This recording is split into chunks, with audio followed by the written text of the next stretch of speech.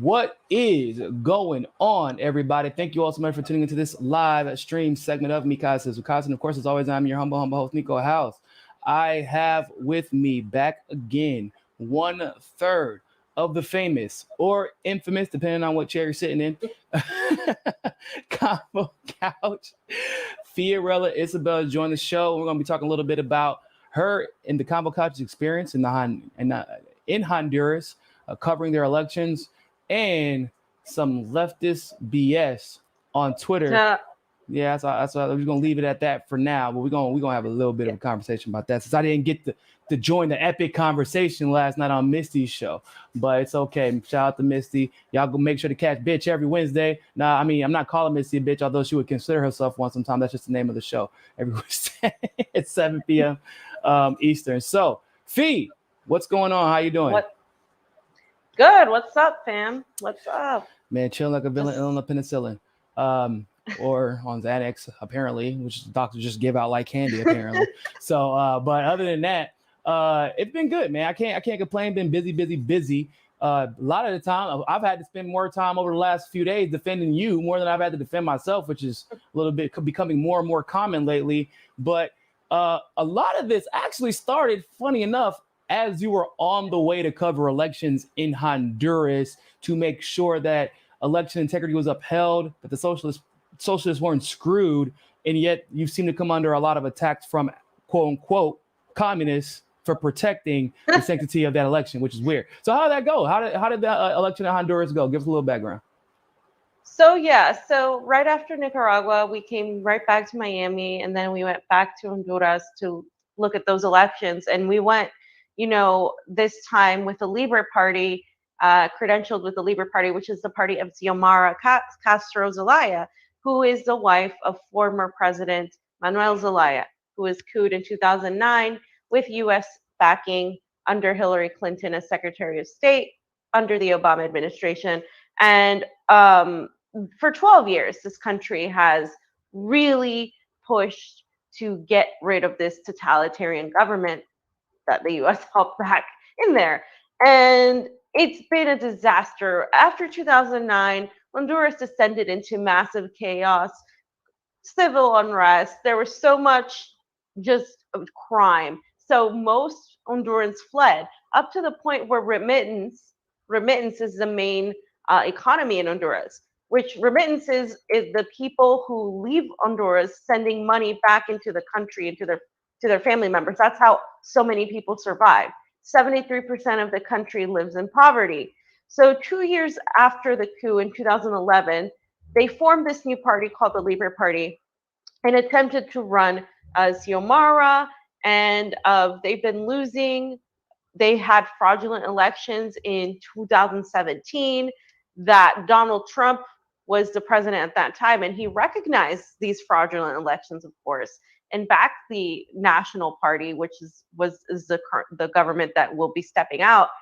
And those elections were riddled with just extra votes from dead people, which is something that doesn't really happen in the United States, but that the right is always talking about, right? But it does happen. It did happen over there because they had like no election security.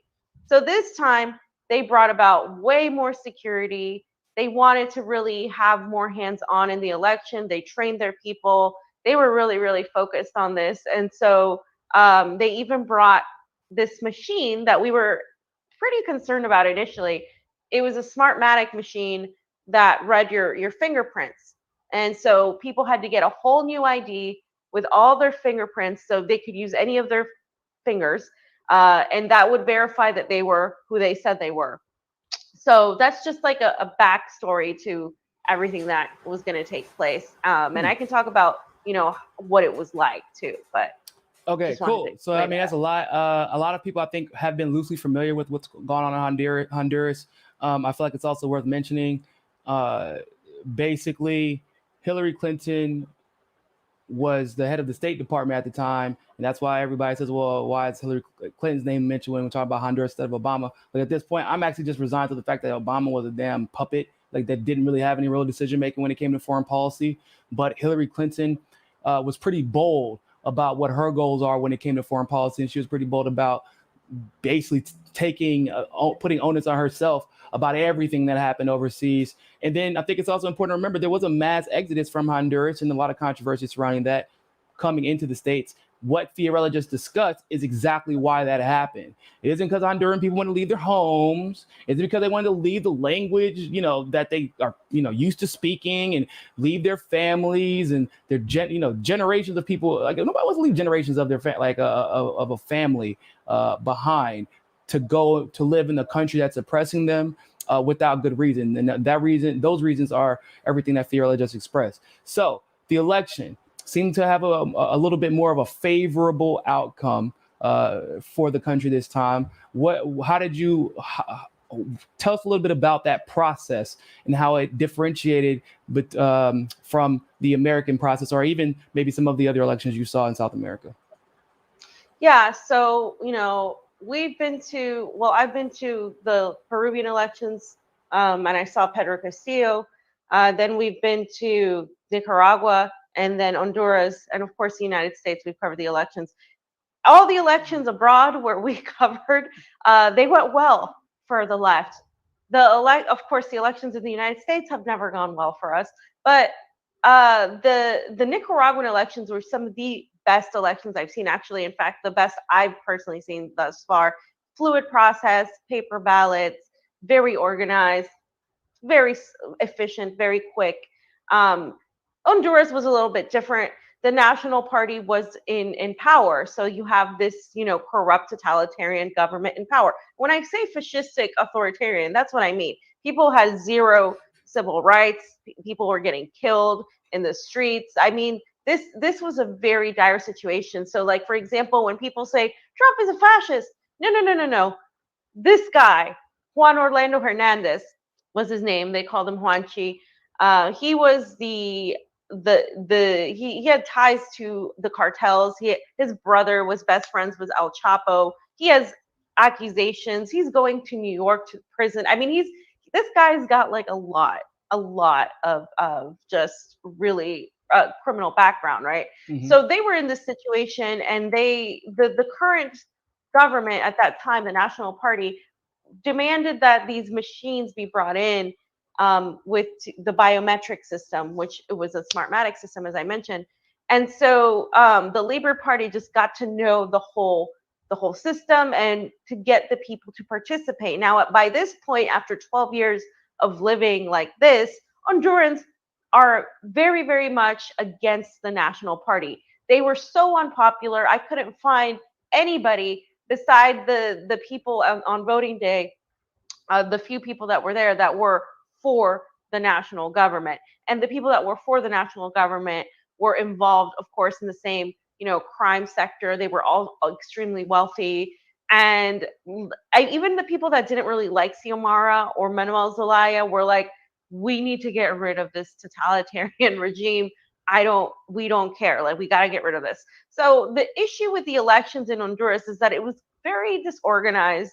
There were so many there was fraud. For example, when you walked in the day of voting, the website was down. The website where people could find their polling center, it was down. They also randomly started moving people from polling centers, which is something we've seen here in the United States that they do to suppress the vote.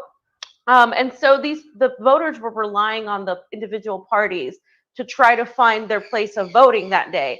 And so then also you walk in and there's supposed to be a lot of people helping you. And there was, but not nearly as many as there should have. The infrastructure wasn't there for a lot of disabled people or the elderly to get up there. I mean, we're talking about rural places where you can barely walk. I could barely walk because, of course, I wore heels. And I thought that day that, it was going to be something where I needed to be on camera and look professional. So I wore heels.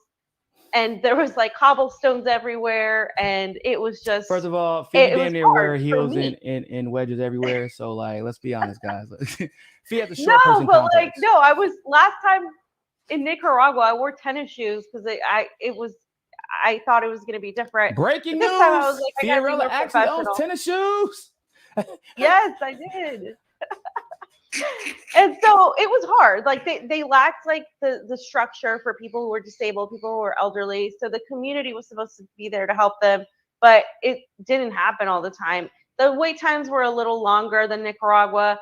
I mean, some were 20 minutes. The most we saw was like 2.5 hour wait by one guy, which is a lot. But of course, we've seen far worse in America. And then, of course, the issue of violating the CNE, which is the National Electoral Center for Voting. They had certain rules. You couldn't bring a cell phone in there.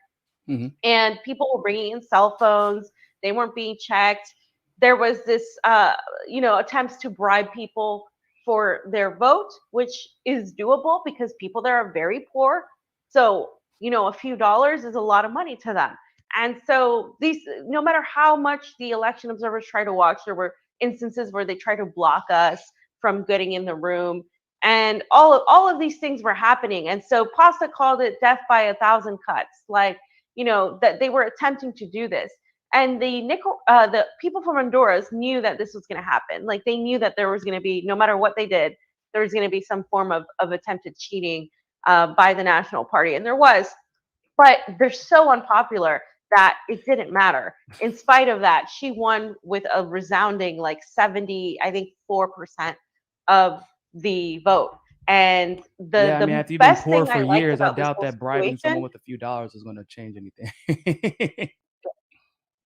The thing that I most liked about this voting process was that even though there was so much chaos, when they were doing the counting, they did a public counting where anybody 18 and over could go view them pulling out the ballots, because they're paper ballots as well, which is a good thing. And they were pulling out the ballots, and you could see they would scrutinize the ballots in front of the people who wanted to see and in front of the media. Mm-hmm. And so, they'd be like, Xiomara, and you could hear the cheering of the people when it was her, and like the booing when it was the National Party candidate, who has a very difficult name, but because it's not Juan Orlando. Juan Orlando's gone. Gotcha. The new the person from the National Party ran. He's actually has an Arab name, and they call him like Papi. But whenever they would call the National Party's name, people would boo. Like, so they weren't very popular at all. But it's nice. Wouldn't you love to see in America, like Biden, Trump, or like whatever? We don't get to see that here. Our elections are so private. They're privatized. They're proprietary software. We don't get to see any of this. So in spite of Honduras' difficulties, they have far more democracy in terms of their elections than we do. And it showed that day. And people were crying. People were, having tears of joy because they were like, it's been 12 years we've been in this fight. And they finally were able to do it. That's dope. And I'm glad y'all were there to cover it. By the way, I mean, just, for anybody who might be listening, who, any potential haters out there, which I know you have a lot of, for those of you who are curious about the legitimacy of the journalism of the Convo Couch, they were invited there. They were sanctioned there to be there by a whole party. The last place they went to in Nicaragua, that was like a government sanction thing. So like, just so everybody knows, when the Convo Couch goes to handle business, they do indeed handle business, and they cover the story in a way that a lot of people refuse to cover it, or are scared to cover it, or have all the means and resources to go down and cover and choose not to. They rather tweet from Twitter. They have not said, as a matter of fact, I would even say that I remember when this Bolivia situation popped off, and a lot of people spoke about it. Not a lot of people actually, outside of, the West is interfering as usual, they didn't actually understand it. I would say that you guys, I know we, basically the whole MCSC network and a very few other people actually did the deep digging to expose that situation for what it was. And then you all, instead of just stopping there because it was a popular topic to discuss, took the time to actually go out and say, look, this isn't just happening in Bolivia. I know this is the popular story right now, but there's more happening on the ground. And you set your sights out to expose what was happening and to make sure that everything was on the up and up. And luckily we got some positive results this time. It's actually pretty good because like y'all was 2 for 2 down there. Y'all was 2 for 2. Usually we don't really get to celebrate anything after elections. So guys, make sure y'all follow the Convo Couch, because this is what they do. And of course, this won't be the last time they have to go cover some elections in Central South America. And of course, with the midterms coming up, I'm sure you're going to have a pretty busy year next year. So overall, would you say that you're pretty satisfied with the results that you guys saw in both Honduras and Nicaragua? Yeah, I mean, Nicaragua, the geopolitics, real quick, I do want to mention Nicaragua is extremely, they're very much like Yankee Go Home. Daniel Ortega, kicked the OAS out. They're very much on that route, right? Mm-hmm. However, they have been in there much longer. Honduras, people are going to have to set their expectations a little bit lower. Xiomara ran under a democratic socialist platform. When we asked them if they were going to nationalize anything, they said no. She's supposed to be to the left of Manuel Zelaya, and I think she is. And I think Honduras is like one of the worst places for women in the entire world. I mean, women have very little power there. So the fact she won is a big deal. But also, I think that they're trying to tread a very fine line. They're really, both Nicaragua and Honduras aren't really like, foreign policy wise with China, they've made dealings with Taiwan. So that's one of the areas that's been gray, and a lot of us were discussing, like, it's interesting how they're doing that. They're very much, they're willing to work with anybody, but in particular Honduras, they have a very sort of, they're not kicking the OAS out. They said the OAS, when we asked Manuel Zelaya, that he was like, the OAS is, so far they haven't done anything, and I asked him, like, well, what makes you think they're not going to do anything in the future? He's like, well, you're asking me about the future.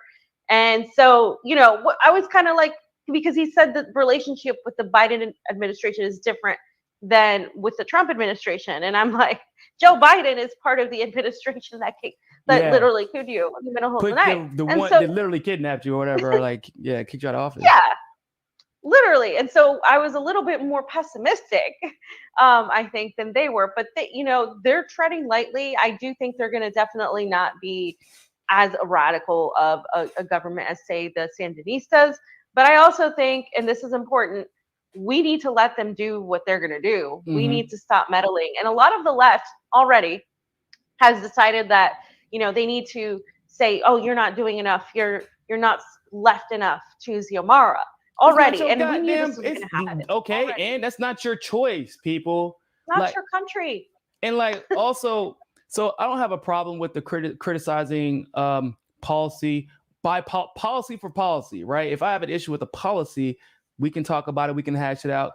But at the end of the day, y'all suck. Most of the left right now, y'all can't even criticize our country's policies correctly. You tell one country their policies and their president or whoever isn't left enough. And then once you got a literal Republican in office right now, y'all don't want to say shit about him. So I don't really give a damn about what you got to say about whether or not somebody else's president is left enough. You're just manufacturing consent. You don't realize that's what you're doing sometimes, but that's all you're doing. And you come off, in my opinion, as a straight coward because you're challenged an election whether you have no stake in it. There's no accountability that you can have for being wrong. You don't have to face the consequences of that if that government gets overthrown or the consequences or lack thereof of those policies in a country where you seem to be privileged and exempt from the consequences of our policies, at least, for now. You have nothing to say for the people who are marginalized here. Countries like Honduras are afraid of being cued constantly. They're afraid. So you can't, it's a very, you know what, Niko, it's that same colonizer perspective. And this is a great transition to the next topic, because it's this whole idea that they know better. I mean, and I'm talking about the World Socialist website. They literally put out an article saying, oh, she's already backing away. She's not even in office. In fact, I will be there on January 27th when she goes into office. She's not even there yet. She won, but there's a transition period, just like in every government. They're not even in power yet. Hold the fuck on. And, election observers, we all said, oh God, the left is, going to have to chill out for a moment, because that country, I'm telling you, 73% of poverty, it's going to take a while. It's not going to be overnight. It's not going to be anything, that we like to see right away. And a lot of the left has this checklist, right? And if you don't meet that checklist, you just must be the sellout. And it's like, that's different in America, because we literally have total, absolute, pathetic sellouts. But I mean, countries that are trying to rebuild and come back from our bullshit, you have no right from sitting on your privileged chair to go dictate how other people should run their country. And the people on the ground have told me that people from Nicaragua and Honduras are sick and tired of Americans, including the American left, meddling in their affairs as if they know better. It's this colonizer perspective. It's the same shit. Yeah, I remember y'all were talking about I can't remember if it was Honduras or Nicaragua, but you're like, even the quote unquote conservatives there, it isn't like the conservative quote unquote here. It's like a different mindset. Yeah. It's like, yeah, we just have minor difference in policy opinions, but that's it. It's not like I support this fascist over this leftist. It's like, no. We all hate the fascists. Actually, we're all in agreement about this. This wasn't our choice. We're all aware of it. Just because we have minor policy differences with our neighbors doesn't make them not our neighbors. And it doesn't mean I support a fascist. Like that's in that type of nuance, Americans couldn't possibly understand because, like, let's be honest, they spend most of their time competing over which fascists to support or vote for. Exactly. No, exactly. And it was Nicaragua because we had friends, who told us like, hey, we're pissed off that this American just came in there and demanded we focus more on LGBTQ issues. We're getting sanctioned. It's not on people's mind. It's not saying that those issues aren't important at all. But it's like it's for an people American privilege to be able to worry about the LGBTQ shit. Yeah, it's like it is. Or abortion. It's happened before. They've done it in Venezuela. I mean, Americans come in and they're like, can you focus more on these social issues? And it's like, guys, you want people to grow on those issues? Mm-hmm. It's economics helps.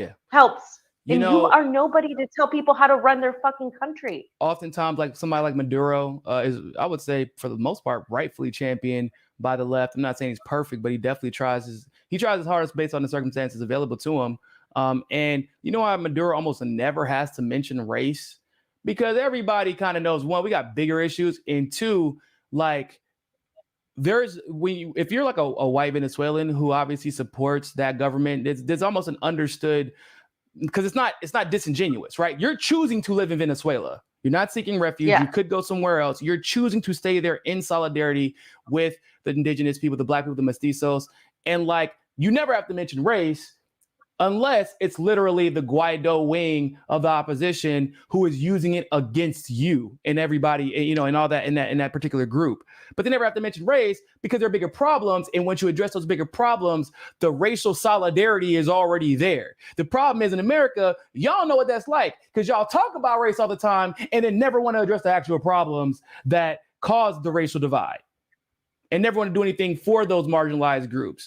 And it's frustrating as hell. Stop talking like you understand the problems these people are going through. Because, like, I mean, yeah, we got to deal with racist shit all the time. Like, this isn't new to anybody. Fiorella has to deal with it. Giants to deal with it. I have to deal with it. Like, but the difference is, I don't have like I do have an entire country, which is the States, but that's not new. But I don't have an entire country from somewhere else trying to dictate my politics and then separate us by picking off the white, rich, wealthy, saying, hey, man, do our bidding. And if it goes wrong, we'll go ahead and provide you refuge when the time comes. But for the time being, just do a wink, wink, nudge, nudge, and separate everybody into the rich white group, which would be in Venezuela, you see this, in Colombia, you see this, in Cuba, you see this, and then everybody else. We don't have to deal with that. That's a whole different ball game that they're playing, and it's a lot more nuanced when you're dealing with something like that. I don't even feel bad. I'm not even mad that he was basically hesitant to criticize or go at the OSS. He just got overthrown by a hegemon with nothing done about it. I'd be a little bit scared too, people. Y'all scared to fight here because of consequences in your own country. From behind the computer, you don't even tweet the correct thing. You don't even tweet policy advocacy because you're so worried. Pause. Not because it'll affect you where you'll be in jail, just because of how negatively it'll affect your bank account and your brand. That's what makes y'all scared to talk about shit. These people are scared to fight to the degree that we want or we might demand because they're scared for their lives. Yeah. And yeah, we do. We see them actually fighting every day on the ground at these protests, literally throwing fists and throwing rocks, whatever the hell they got to, and they don't always win. And I would say both Nicaragua and Honduras have been, and Bolivia, a little bit longer ago, and Bolivia, and I was even Venezuela. I think they just had their midterms, right? And in their party maintaining power. The party of Maduro won resoundingly. So they won. those are long-term games after a long fight, after getting your ass handed to you over and over and over again from circumstances oftentimes out of your control. But you may not have control over your circumstances all the time, but you do have control over how you react to them. And I just applaud them, because I just can't imagine having that much resolve as a country. I literally cannot. Now we're about to talk a little bit about, kind of in the same vein, but a little bit different, about some of these bootlicking, neo-progressive, authoritarian douchebags. But because we have to have a little conversation about COVID, we're gonna, because it's like loosely related to that, we have to go over to Rockfin for that. By the way, Bethlehem, thank you very much for that tip over on Rockfin. Much love. I'm gonna post that link in the description for all those watching on Twitter. You can actually, I tweeted out the link to the Rockfin, so you can follow it there. But we don't want to get hurt and hit any more than usual. I don't know if y'all heard, Jason Burmis got his channel completely removed for reading a Forbes article. Actually, it's insane. So go follow us there. We got like 55 people watching on YouTube right now, so go follow us over on Rock for real quick. We're gonna continue this conversation, because I'm sure that Fiorella has some stuff to say about the things that have been going on Twitter. So for all my YouTube people, we'll see you over on Rockfin. I just posted that link.